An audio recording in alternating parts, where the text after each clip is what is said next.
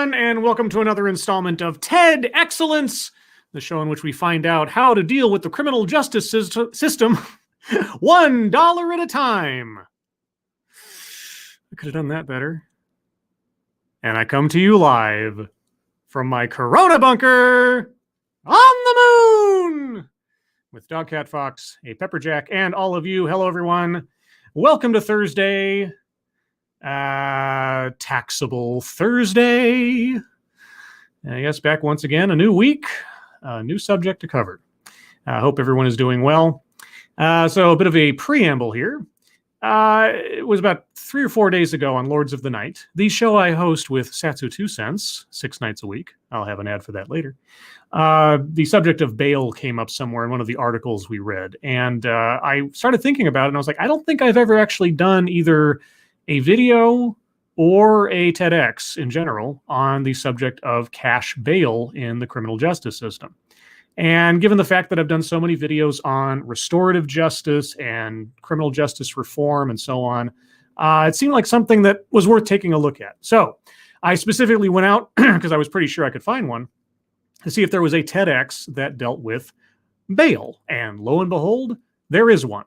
So I didn't go after this because the title sounded like something ridiculous or goofy. I'm not expecting this to be funny, I suppose, but actually to critique an argument regarding bail, because I can see an argument being made against cash bail. Is it fair to put a price on freedom in the intervening time between arrest and or a trial? So that's what we'll be covering today. I have no idea what our speaker is going to say. I have not watched this ahead of time. I have a feeling we're going to have the problem outlined to us. My question, as is with so many of these TEDx's, will we be offered any solutions? I guess time will tell. Now, who is joining me on this journey of discovery and education? Why, that would be Lexi Mads. Hello, Mr. Tickle Trunk. Hello, and thank you so much before the stream for the Dogcat Fox, dancing Dogcat Fox. You like that, don't you? Wowie, wow, wow. Yes, he does. And also for the other one, thank you so much. Can't watch live today, but hello, chat and scribe. Hello, Mr. Tickle Trunk. Jaeger Pony, hello. Zalbla, hello. The Luke Skywalker 2, hello. Some Num Num Nation, hello. Mike R, hello. Dragon Mage, hello. Fun Time Bats, hello. And then chat jump, because of course it did. Let me go all the way back up to the thing. Jake Tungsek, hello. Texas Attorney General, Secret Agent, hello. Sean Uli, hello. Dr. Keeve, hello. Mike Savage, Blarg. Zeke Weiss, hello. Viror of Ashmedai, hello. And chat jumped again. If I missed somebody, I apologize. A Scanner Daffley, hello. Maddie, hello. Non-Vitae Rex, hello. Raziel, hello. Quinn the Cultist, hello. Hearst Gravegear, hello. Matt Barnes, hello. Puddock, hello. Corey Suzuki, hello. Check Your Logic, hello. Keenan, hello. And is Debate Fly, hello. Megan Ring, hello. Oh my gosh, and it jumped again. I'm sorry, guys. If I missed you, I apologize again. Green Death, hello. The Best Remy, hello. And Mr. Yes, hello. Roger Reynolds, hello. Decode, hello. I think that's just about everybody I can see. Again, no, Pissed Off Shih Tzu, hello. Killer Turnus, thank you so much for the donation. No comment. Appreciate it. Okay, everyone. With all of that as preamble, per usual, I will start off with a couple of seconds for sound test. Tell me if you can hear it. Today's bingo card is bingo card B. B as in B. Bzzz. You can find the links to the bingo cards in the description below. That is the result of the poll I put up on Twitter. So if you're not following me on Twitter already for the announcements of these things and for the polls for the bingo card, be sure to start doing so if you can or if you choose to. And with that, let us, celery, tomato, begin. Thank you. In the fall of 2017. Okay, in the fall of 2017. You guys hear that? Let me know if you can hear it. Let's see. What else? Debate Fly, you're appropriating my culture. How dare you? Oh, the buzzing. Right. Okay. Sounds good, says Mike R. Hear you loud and clear, good buddy, says Texas Attorney General Secret Agent. All right. So in the fall of 2017. I decided to run for public office. Okay. This was not an easy decision for me to make. Mm-hmm. In my mind, I had always reserved political office and campaigning for people who had money and prestige.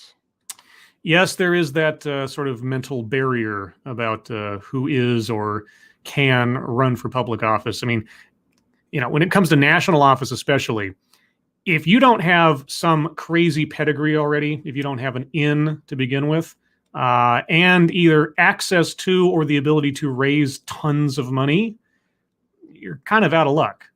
I mean, effectively, most of the time when it comes to people who can run for the presidency, you have people who are already themselves wealthy beyond words to begin with, or at least have access to such resources. And while we don't live in a monarchy, it does sometimes feel like the analogous kings of our society are the only ones that can end up running for office. But that all being said, thank you, tall person. Hoy, y'all. Can't watch live because of work. We'll watch in full later. Happy National Sons Day. You are someone's son, right, Scribe? Yes. My mother and my father, who I love very much. My mother spent 36 hours in labor with me, so I owe her at least that much. Well, also, 9 months and also the last 40 years or so. But anyway, yes. Okay, so anyway, you didn't want to run for public office or didn't think you could because prestige and money. I never considered myself to be a political person, nor did I think I had the power or the voice to make people listen to me. Okay. Over a series of several nights leading up to making my decision, I thought constantly of my clients. Okay. The people who, seeing the immense sadness in their eyes, had pierced my soul many times. That's very poetic. Your clients. I have no idea what our speaker does, so I don't have a point of reference for this. I thought of the times that their hopelessness had kept me awake at night, dreaming of a better justice system. Okay. Also, she's got little fuzzies on her shoes. I just noticed that for some reason. Their family members and loved ones whose stories had shaped my mind and my way of thinking as a public defender for 10 years. Public defender. Now, that's not an easy job. All right. So we have a career professional in the criminal justice system. All right. So I have a bit of a reference now. My clients had often relayed to me the same sentiments I felt about why I shouldn't run for office as reasons they couldn't get a fair trial in the justice system. Okay. They were poor. Right. They didn't believe they had any power. No one would listen to their voice. Okay. I realized in those reflective moments that the very reasons I was fearful of running for office were the reasons that I needed to do it. That's usually the case, your frustrations with society and so on. And yeah. Okay. All right. Sounds good so far. That I had to do it. Yes.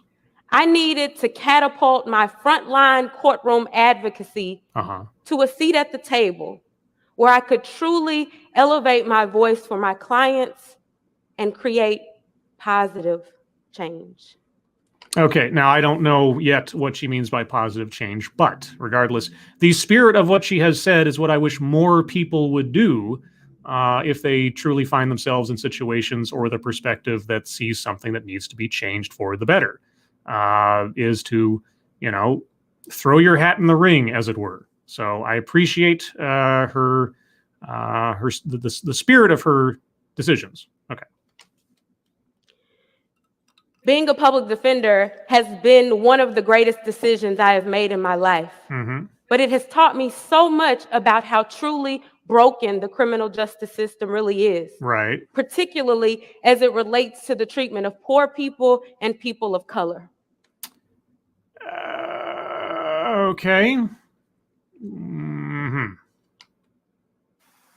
I fear that we are beginning to overuse the term criminal justice reform as a buzzword. Okay, so are you going to replace it with a new buzzword? Without really thinking about the fact that it is a broad term that encompasses the many changes necessary to create a more fair and compassionate justice system for all. Yeah, that is the ultimate goal of reforming a justice system of one form or another, is to make it more just, because no system's perfect and everything has to be evolved over time. Yeah. Criminal justice reform contains many components. Yeah. In order for us to have a meaningful conversation about reform, we must begin by addressing the elimination of wealth-based detention. Okay, so now we're going to get into it. The wealth-based detention, or bail. All right. I am open. My ears are open on this one because I like I say, I can see abstractly the argument. Let me go over the bingo card real quick because I've listened to quite a bit. I don't know that anything is counted yet. Anecdote that probably never happened. She hasn't given us one. Self-vilification or wretchedness. No. Systemic, institutional. The criminal justice system. I will be so bold as to circle it on that one. So circle systemic, institutional, plus free space. Weightless example. She hasn't given any yet. Word salad. No. Leaves out vital context. Not yet. Collectivizes own demographic. Kind of. I'm going to wait a bit on that one. White supremacy, not stated, but we'll see. A list, not clearly, but I'm sure we'll get one. Privilege, not yet. Equity, not yet. Plays victim, not yet. Attempt to coin new buzzword, buzz phrase. We might be getting there. Wage gap, no. Patriarchy, no. Feminism, no. Mind reading assumes motives. Implied, but not there yet. Diversity and inclusion, no. Marginalize marginalization, not yet. Make something about race, sex, etc. for no reason, not yet. We either we need some context or she's dropping things without backing them up. We'll see. Childhood or family anecdote. No, she hasn't talked about her childhood and her decision as to whether or not to run for office. I don't really call that an anecdote yet. We'll see. Contradicts own point or argument. She hasn't made one yet. Benevolent condescension, not yet. Per se. Microaggressions, unconscious bias, no. All right, so far we have systemic, institutional, and free space on bingo card B, for those of you coming in late. Moving on. Money should not be the determining factor for whether a person remains in jail awaiting their trial. In a sense, I can agree. Now, here's my layman's understanding of bail, okay? Bail is set to have a incentive for the person to show up to trial. That is what it is. You pay an amount, and conceivably you're going to get that back in some way, shape, or form upon going to trial and everything. It's to make sure that if you are out and free, that you have a reason to come back, a financial anchor to come back to trial. Okay. So if somebody sets, I never really understood why people set like $5 million bail. If you're going to set $5 million bail, you obviously don't want this person out on the street. So why would you set bail at all? I'm sure it's the law and so on, but Anyway, so that is my, again, layman's understanding of the purpose of bail, is to attempt to ensure that people show up for trial, to have an incentive to show up and a disincentive not to show up. Okay. Again, I can see the argument. I need her to make it, and then I need her to offer a alternative, and we'll weigh that as we get it. Money should not determine the type of justice that someone receives. I also agree with that, and we often see that is not necessarily the case. So yes, I agree with both of these positions in spirit. My only problem is I haven't yet heard what a solution would be. Yet in America, when someone is arrested, a money bail amount is set in their case. Yes. And is the most utilized method for someone to secure their release from custody pre-trial. Yes, that is the point. Thank you. This is Kyle. Hello, chat people and scribbles. Hello, Kyle. All right. According to statistics by the United States Department of Justice, there were 740,700 people sitting in America's jails in 2016.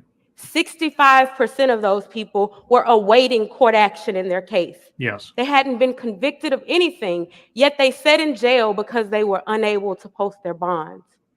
Okay, so 65% of that. So over half of the people in jail are there only because they cannot post bond. Okay. And I'll stipulate to her recitation of the statistics, not having them in front of me for the sake of her presentation. Okay, I will accept it on face value. In Nashville in 2017, 23,054 people were arrested. 80% of those individuals had a money bail amount set in their case. Only 12% were released without cost. And 60% of people were unable to pay for their bail, and so they remained in jail, awaiting their trial. Okay, so using Nashville as an example and the national statistics, anywhere from 60 to 65% of people who end up in jail are there awaiting trial and in there only because they can't afford their bond. Okay. For us to have a real-time depiction of what that means, over half of the people in this auditorium represent the number of people sitting in jail simply because they could not afford their release. Okay, I get this is a presentation. I get there has to be a little bit of dramatics. You've stated your case 3 times now. All right. 60 to 65% of people in jail are there because they cannot afford the bond out ahead of their trial. Okay. And there's some weird hissing. Whenever they switch to this camera view, suddenly there's a hissing. I didn't, that's not me. I don't know what that is. It's something about the way they did the audio on this. So just in case anybody else notices that and is annoyed by it, I can't do anything about it. This is the tale of 2 justice systems. Yes, you've said. In one system, a person has the money to secure their release. Yes. They get out of jail. They return to their jobs and their families. Conceivably. They can freely assert their constitutional rights to a trial. Yes. To be presumed innocent. And they can prepare for their defense without the constraints or limitations of being in jail. Yes, these are advantages to being able to afford one's freedom, as it were. And again, I can agree that that is an imbalance. But so again, you have to at least concede to the stated purpose of bail, even if you disagree with it. What is the purpose of bail, right? To make people show up for their court date, okay? To ensure that the people who are charged with something end up actually getting to trial, that they don't jump bail, they don't try to avoid the justice system, etc. Okay, we get it. All right, you've got 8 minutes left. Give me the sales pitch. I am really wanting to hear it. In the other justice system, poor people lose everything they have sitting in a cage. Yes, I know. I get it. Thank you, Pecoraro Driving 8 Man, for the thumbs up pair. Thank you so much. Some of them even lose their life. Yes, I know. Prison is not a good place to be. I get it. Okay. This is Janice Dotson Stevens. A 61-year-old grandmother who was arrested in Bexar County, San Antonio, Texas. That's Bexar County, not Bexar. Bexar County. I know. I'm not a local to Texas, but I have family there, and it's pronounced Bear. And charged with the misdemeanor offense of criminal trespass. Okay. Ms. Dotson Stevens had a lengthy history of mental illness, having been diagnosed with schizophrenia. Okay. When she was jailed on July 18th, 2018, a money bail amount of $300 was set in her case. Okay. She couldn't afford to make that bail. Right. She was unable to contact any of her family members. She sat in jail, not convicted of anything, for 5 months. Okay, and at the risk of sounding insensitive, while I'm sure this story is not going anywhere positive, a single anecdotal story to try to underscore the fact that money bail is unfair has nothing to do with the life chances of someone in jail. Yes, jail is a terrible place. It's nowhere you want to be. You don't want to be in prison awaiting trial if you can help it, and so on. I mean, personally, you don't need to sell me on the idea, all right, but you need to sell me on the alternative. So please, please don't be 13 minutes of just telling us that it's a problem. And on December the 14th, 2018, Ms. Dotson Stevens died in custody. Let's see. Dr. Keeve, weightless example. I'm gonna hold it in reserve because unless she makes it more relevant to the actual situation, I don't know what else it's there for except for dramatic purposes. Right here in Nashville, my clients who are unable to post bail are locked in a cage in the county jail. That's what jails are, yes. They lose their jobs, mostly temporary assignments or hourly positions that can't be held open for them indefinitely. Yes. They lose their living arrangements, becoming evicted, having their items trashed or thrown on the streets. Yes. Their children and family members who rely on them are in limbo. Yes. Many of them get behind on their child support, and some even lose custody of their children. Again, okay. I mean, she's explaining the consequences of the cash bail system. Okay. I wish I was having an actual conversation with her because I would just say, I stipulate to it. I concede all of those things. You know, the consequences of not being able to be free versus being able to be free in the time till your trial. I get it. All right. When do we get to the other part? Thank you, Jake Tungseth. If she went through a bail bondsman, she would only have had to pay $30. Bail bondsman only charged 10% of the bail posted. I suppose that is the case, but I don't know what this lady's situation is. So for the sake of argument, I'm going to, like I say, stipulate to the story. The lady was unable to afford, she had no money. She had no family. She had no funds or resources whatsoever. So maybe a bail bondsman wasn't even a possibility in her case. But again, what does that woman's death have to do with the argument against cash bail specifically? Yes, dying in prison does happen. Just like anywhere else in the world. And sometimes the conditions are worse, but maybe I'm forgetting. Did she say what caused the lady's death in prison? That might have gone right over my head if she said so. Anyway.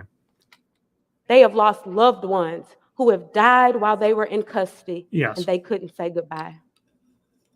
They lose their transportation due to repossession fees and impounding fees. Yes. And from the moment they are booked into the system, they begin building a debt cycle. Yes. Because court costs and fees are assessed in their cases. Well, those are going to be assessed whether they're in jail or not. So, but okay. Creating a bill they cannot pay. Yes. An account that gets sent to collections, damaging their credit worthiness.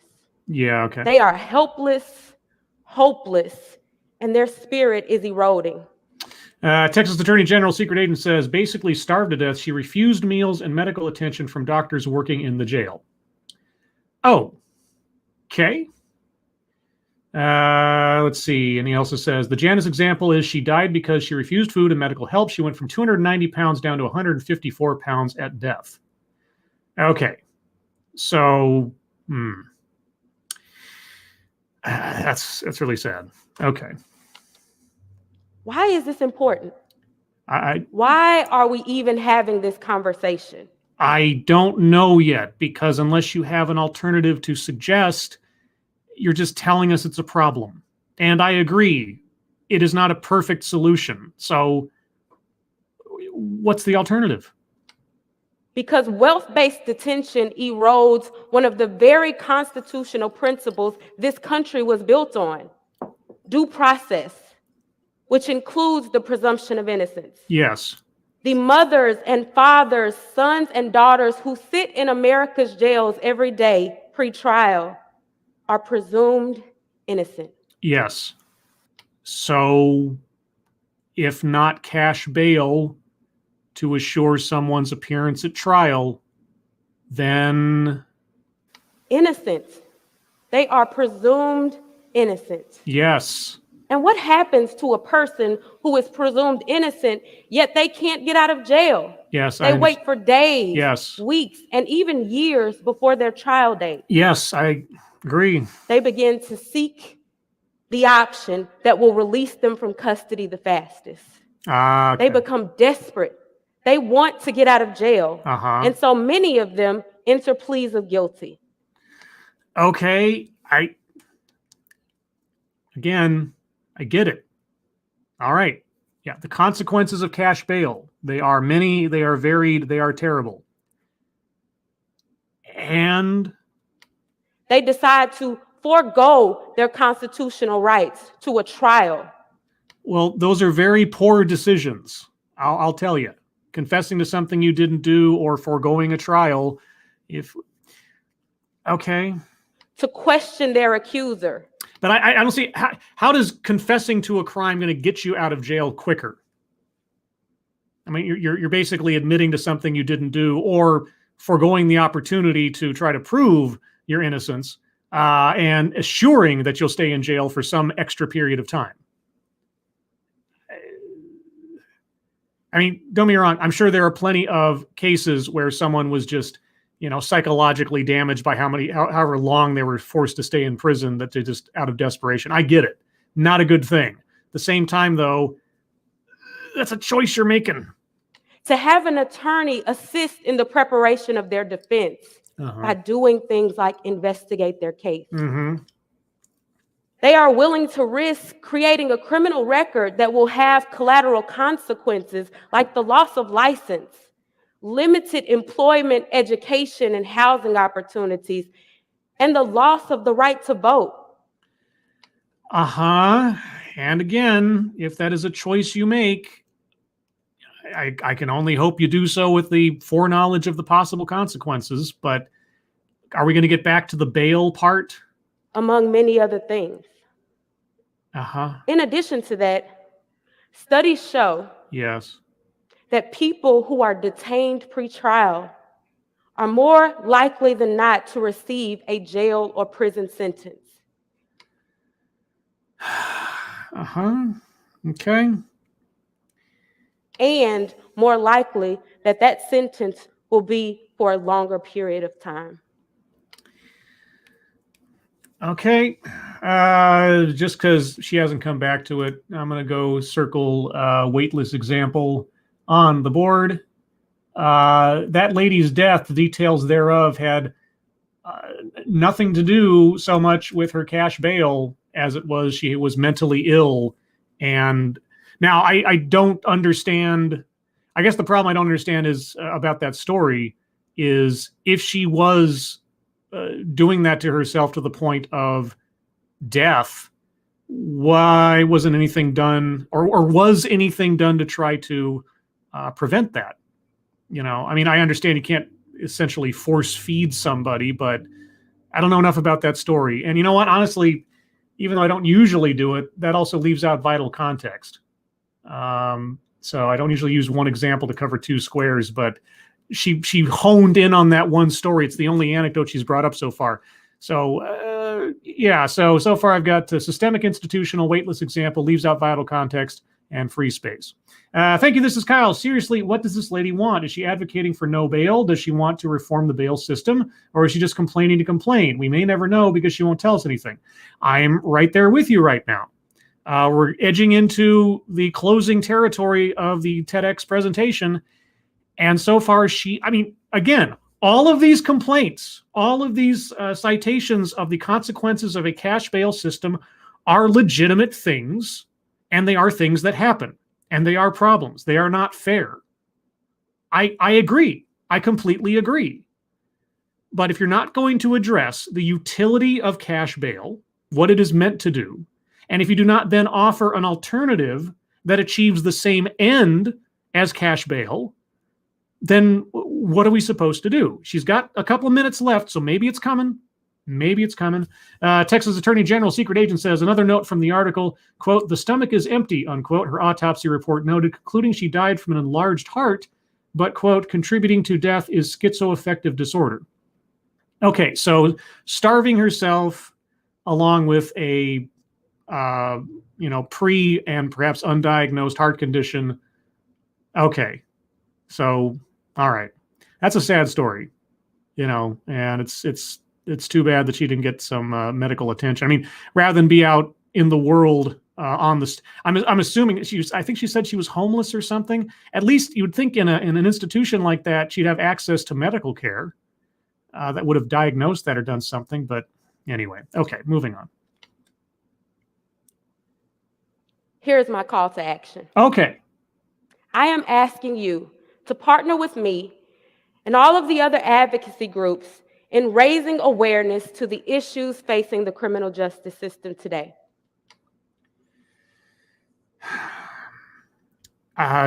Okay, I am aware, at least in the context of this presentation, you have made me aware of the problem.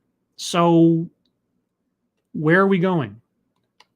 To stand with me and use your voice in support of moving away from a system that is designed for retribution and punishment.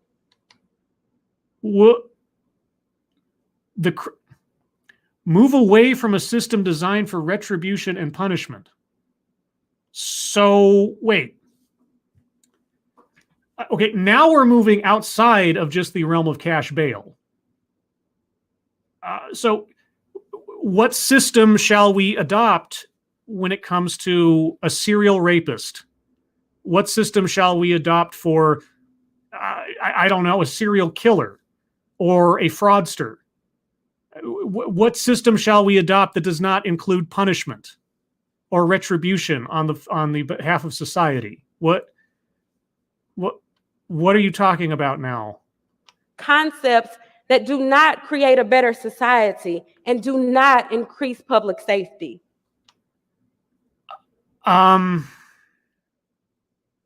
She's not going to give us anything, is she?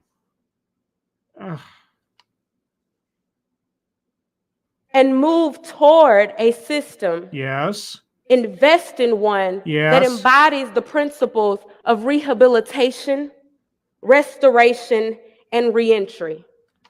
So this is a restorative justice argument. It's just a... All right. What is the restorative justice alternative to bail? And what, I mean, she doesn't have enough time to tell us this, but what system does she want to move to? Are we going to get now the examples or the proposals in the last 3 minutes? I really hope so.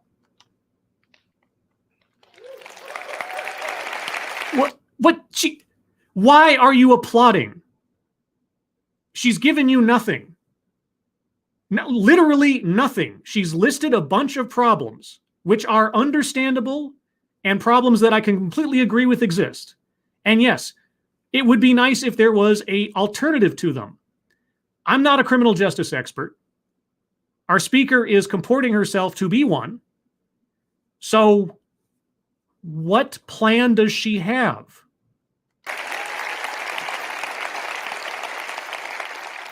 I am asking you to commit to seeing the humanity and dignity in all people.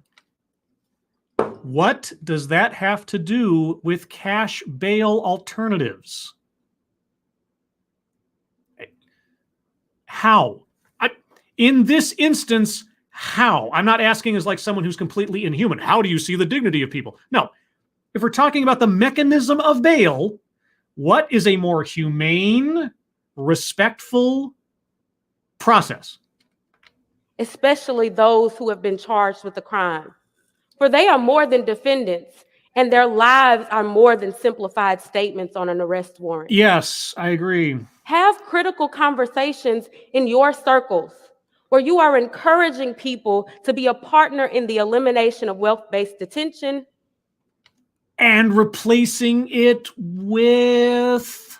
And a supporter for the creation of community-based alternatives to people sitting in jail pre-trial. Such as...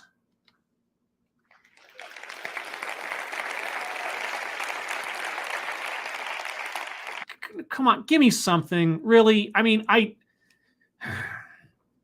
honestly wanted to find, just for once, and I know it's a rare instance, just for once, a presentation on a serious subject where I could maybe learn something and at least be able to evaluate and critique a decent argument over something that is serious and something that I agree is an imbalance in our criminal justice system.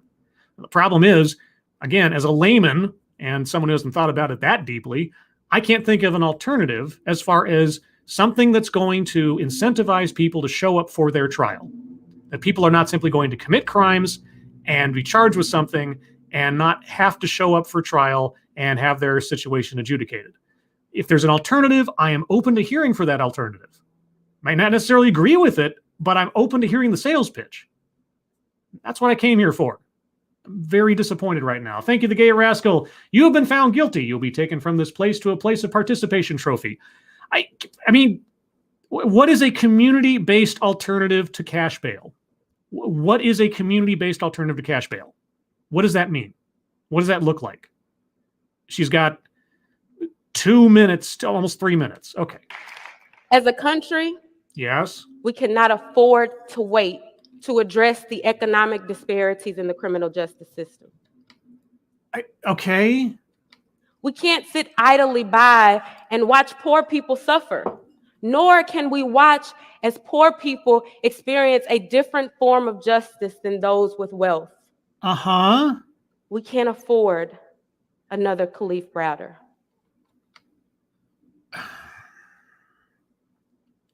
Okay, so instead of offering an alternative, instead of offering a proposal, good, bad, or otherwise, we're going to go to a closing anecdote of another, I am sure, ridiculously tragic story. Not to denigrate it by saying ridiculous, but just like, sort of karmically, universally ridiculous, tragic story. Thank you, Pecoraro Driving 8 Man, for those specific crimes, 45-point program. 45 point program. What, you mean serial murder? Like, okay.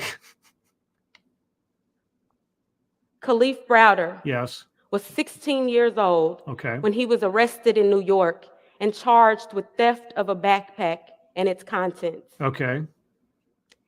There was an initial amount of bail set at $3,000 in his case. Wow. And his family was unable to make that. $3,000 for petty theft? I think that's petty theft. I don't know, but damn. All right. Admittedly, like I said, I'm not any kind of legal expert, so I don't know if that's out of bounds or something. It seems like a lot of money.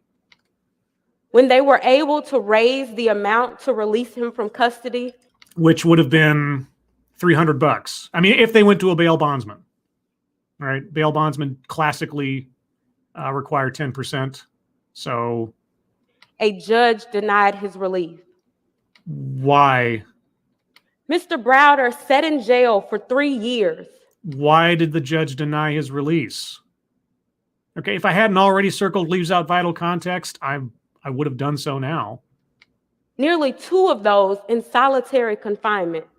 Why? He was the victim of prison violence. Yeah.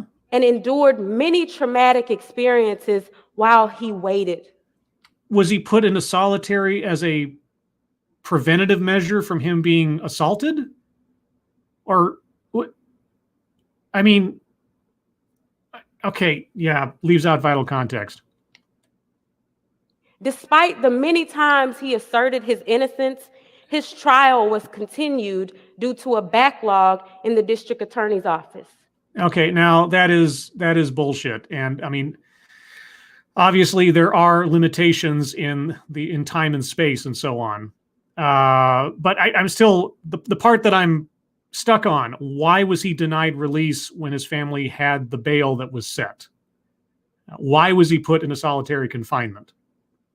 And yes, the right to a speedy trial.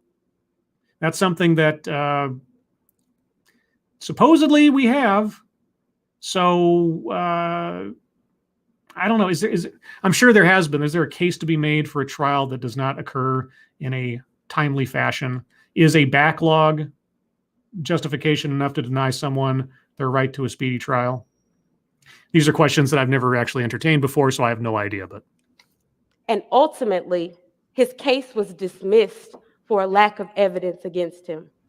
Oh, well, that really sucks. I'm still waiting for the why was he denied release? Because this whole presentation was about cash bail. You say that his parents got the cash bail. They raised the money, but you won't tell us why he wasn't released. Dr. Keeve, list, rehabilitation, restoration, and reentry. You are correct. You're right. My bewilderment over a lack of point to this overtook me. So yes, I've circled a list on the board. We've only got basically a minute left or two, so here we go. After his release, Yes. Mr. Browder suffered major depression. Yeah. He referred to himself as mentally scarred and talked about how he believed that his happiness had been robbed from him. All things considered in his situation, not knowing why he wasn't released, though, is still kind of a weird thing. I can agree. If his date was pushed back and pushed back and pushed back because the state couldn't handle the overload, well, then somehow the state needs to handle that overload because the people involved in that have a right to a speedy trial. At least as speedy as is possible, I guess. But that definitely needs reform. I agree. What do you propose? On June the 6th, 2015, Khalif Browder committed suicide. Oh, yeah, man. This is a moral issue. Mm-hmm. This is a community issue. Depending on how you look at it, sure, I agree. And so what do you propose? Again, we cannot afford to wait. It's okay. I told you at the beginning of my remarks that deciding to run for public office was not an easy decision for me, and it wasn't. Yeah. But I am so glad that I did it. And I believe now more than ever before that there is power in my voice and people will listen. So, okay, what legislation have you put forward? What reforms have you proposed in your new position? You must have some signature piece. If this was the reason you got into public office, there has to be a program or a revision to the law or something that you are spearheading, that you are championing in your new position. Would you like to, tell us what that is? And now that I have told you about all of these issues, particularly the one pertaining to wealth-based detention, I am more encouraged than ever before by the partnerships that we will form, and we will together create a world of change and a world of hope. How? We have to do it. How? The time is now. For what? And we cannot afford to wait. To do what? Thank you.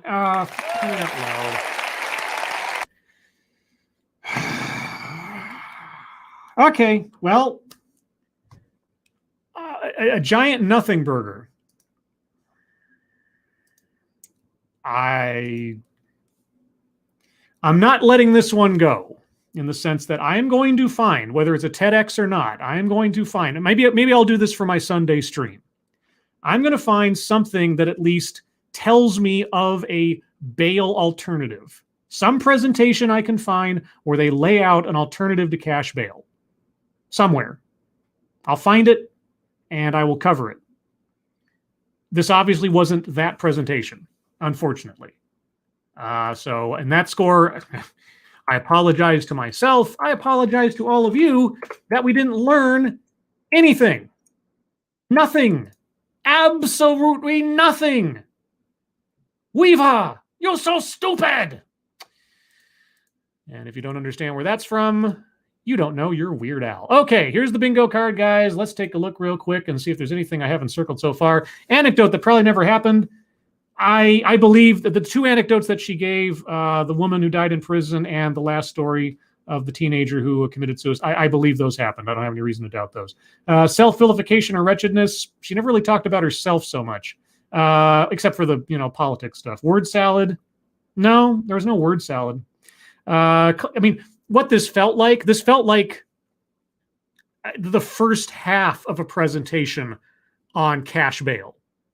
Like, again, it's like the basic structure of an essay or something, right? You have your thesis statement, you have the body of the paper, you have your conclusion, okay? And somewhere in there, you have a proposal for either an idea or a concept or an assessment of whatever the subject is, and then you reach your conclusion at the end.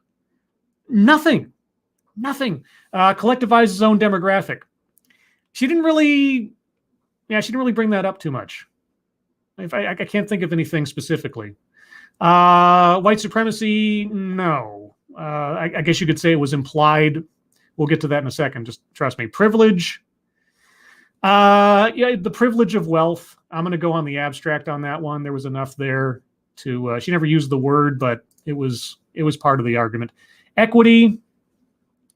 I mean, equality of outcome. When it comes to the criminal justice system, yes, equity is actually as a equality of outcome. That is the hope. That is the goal.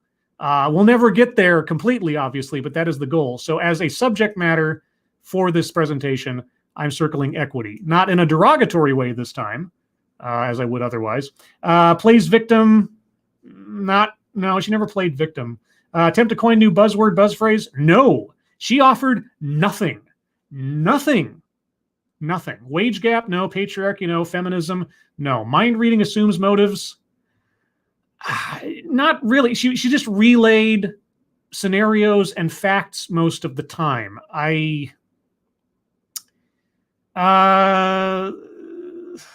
Well, no, I'll take it back. She assumed the motive of criminal justice officials, judges, officers, so on, were going to treat more harshly people on the basis of their socioeconomic situation. So I'm going to circle that one. Diversity, inclusion, no. Marginalization, no. Make something about race, sex, etc. for no reason. She brought up, quote unquote, people of color, and she never alighted upon that again anywhere in her presentation. So I'm circling that one. Childhood or family anecdote. She never spoke about herself or her family. Contradicts own point or argument. She never made an argument. She had me at hello on the argument that cash bail is an imperfect tool in the criminal justice system. I didn't need a whole lot of convincing. She was pushing at an open door. But she didn't make an argument for anything in the alternative. So she didn't really contradict anything.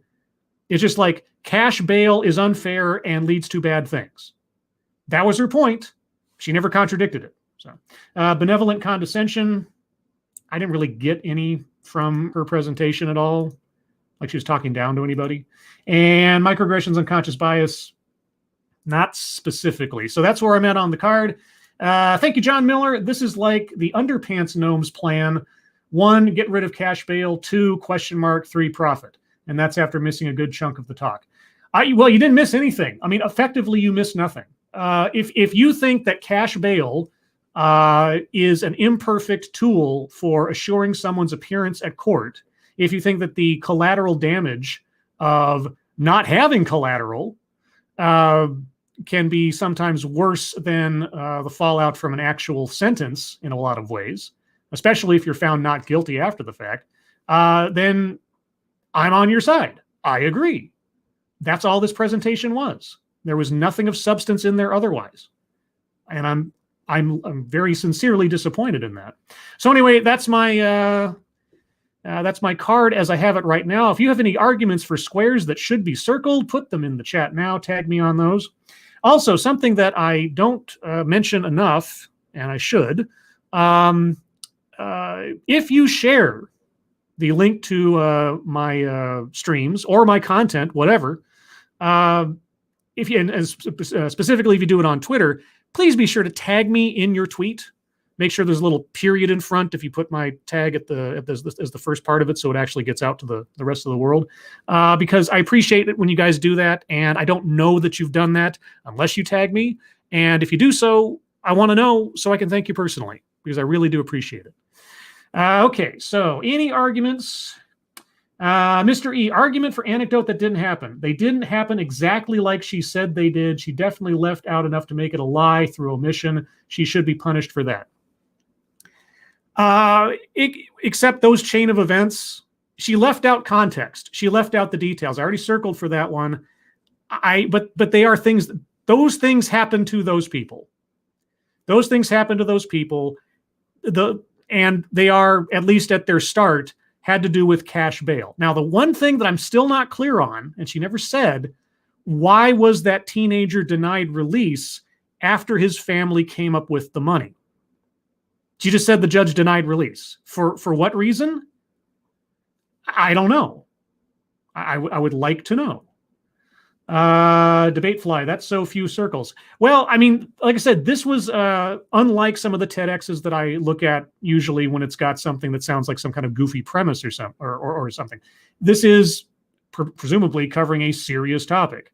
So I didn't actually expect too many circles to be circled. But we have quite a few regardless. It's not often that I cover something on a specific topic because I want to find out more about that topic, an actual investigation, an inquiry, if you will. But here we are. Let's see. Boodled. It's hard to get circles on the card when she doesn't say anything in the talk. There's that too. Yeah, a lot of these things are peripheral or sort of abstract aggregates. Dr. Keeve, I just commented on the original video asking that question. Hopefully I'll get an answer. Well, I hope so too. I would love to know. And again, I have more intention than I had previously to do a follow-up on this. So my Sunday stream this week, unless something else comes by my way, I'm going to try to find an actual presentation or something that offers an alternative to cash bail and cover that. So I'll be looking for that shortly. If anybody knows of or finds something that seems substantive, Irate Bear, and isn't like a 4-hour long Zoom call or something, just tweet me a link. Maybe that's what I'll use, but I'll look myself and we'll see what happens. BG, Scribelight, have you ever done a TED Talk without any circles? No. So far, we have not had a blank card, and we have not a fully filled card. Those are the two extremes that we have not yet achieved. If we actually had a TEDx without anything circled, I would be bewildered, because a lot of these things are, I don't know how you could give a general presentation about anything without at least giving a list of something or trying to relate your subject to the audience through an anecdote of some kind or another, childhood, family, or otherwise. So that would be amazing to find a TEDx where I had absolutely no good reason to circle anything. That'd be something. Dr. Keeve, but you'd still have to circle free space, right? No. Free space is contingent on finding something to circle first. I don't circle free space unless there's already something to begin with. So it is possible. It is possible to get a blank bingo card, but there has to be at least one thing outside of free space to circle beforehand. Mystery, while I don't think this qualifies for a WTF, I do think it creates a new qualification. What's your fucking point? Perhaps. I'll have to think about that one. Something like problem without solution. Complaint without alternative, something like that. I'll think about it. It does happen from time to time, so it might be worth it. Leximads, Scribe, I found the perfect talk to do a guest stream on. I was afraid you'd jump on it. I did the work, so you don't have to. Oh, well, let me know. But with that, guys, I think that's about all we're going to get out of this. No bingos, no WTF. I understood everything that she said, and like I say, I effectively agree with the substance, such as it was, of her argument. Cash bail is an imperfect device. I agree. And then, so I'll be working, or, depending on what I'm sent otherwise, I'll be looking at options for further examination of this subject on my upcoming Sunday stream. So be on the lookout for that on Sunday. I usually do those around 8 a.m. Pacific time, 11 a.m. Eastern time, just because I'm an early bird anyway. And if I don't have to work, I feel like I have to get something done in the morning. So why not do that? But with that, everyone, I'm going to call that here. Thank you, everyone, so much for joining me for this. Even though it was decidedly disappointing, I think we got the point of the argument in the disfavor of cash bail. Now, can we find a proposal for an alternative? We'll look for that on Sunday on this channel. So stay tuned. Thank you so much for joining me, everyone. Thank you, moderators, for keeping an eye on things. Even though everyone here is so well behaved, there's very little for you to do. Everyone who donated, thank you. Thank you so much for your generosity. I really do appreciate it. And thank you all for your argumentation and your attention as we went through this. If you'd like to hear more from me or Satsu 2 Cents, you can find both of us tonight on Satsu 2 Cents' channel. We've switched nights because Satsu will be moving houses tomorrow and may not or probably won't have internet for a day. So you can find us on Satsu 2 Cents' channel tonight, Thursday night, for another episode of Lords of the Night, where we will talk about the news of the day, news stories you submit, what we've been up to on the internet, and then your questions and comments. Everyone, again, thanks for joining me. Hope you are all safe and well. If you're not well, please get well soon, and I'll see you on the next one. Take care. Bye-bye.